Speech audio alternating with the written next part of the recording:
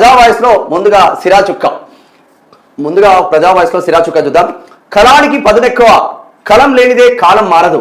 కలం కన్నెర్ర చేస్తే పడిపోయిన ప్రభుత్వాలెన్నో. మెదడుకు పని పెడితే కలం గన్ను కన్నా మిన్నా. గన్ను పేలిస్తే బుల్లెట్లే వస్తాయేమో. కలం పేలితే బయటికి వచ్చిన నిప్పు రవ్వలాంటి నిజాలెన్నో. సమాజంలో గుర్తింపు కోసం సాహసం చేస్తున్న కలం వీరులెందరో. కుటుంబ పోషణ మర్చి సమాజ శ్రేయస్సు కోసం కలంకు పదును పెట్టిన జర్నలిస్టులు ఎందరో. సమాజం బాగోగుల కోసం కలం యోధులకు నిద్రలు లేని రాత్రులెన్నో. నిజాలు బయట పెడితే నిందలెన్నో. కుటుంబ భద్రతను మర్చి కలంతో గలం విప్పిన రోజులెన్నో. ప్రభుత్వాలు పట్టించుకోకుండా కలంకు పదును పెడుతున్న అక్షర వీరులెందరో. అక్షరాన్ని ఆయుధంగా బలిచి అక్రమార్కుల గుండెల్లో రైలు పరిగెత్తించిన కలం యోధులెందరో. ప్రభుత్వ పెద్దలను కలంతో పసి కూనలను చేసి ఆడుకున్న మహానుభావులెందరో.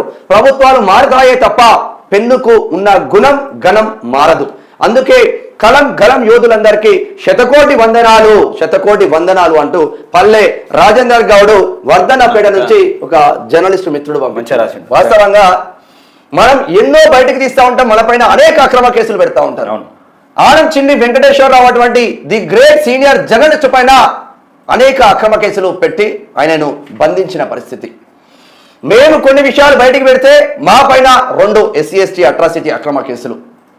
అసలు ఇంటికి పోడా కూడా తెలియని పరిస్థితి.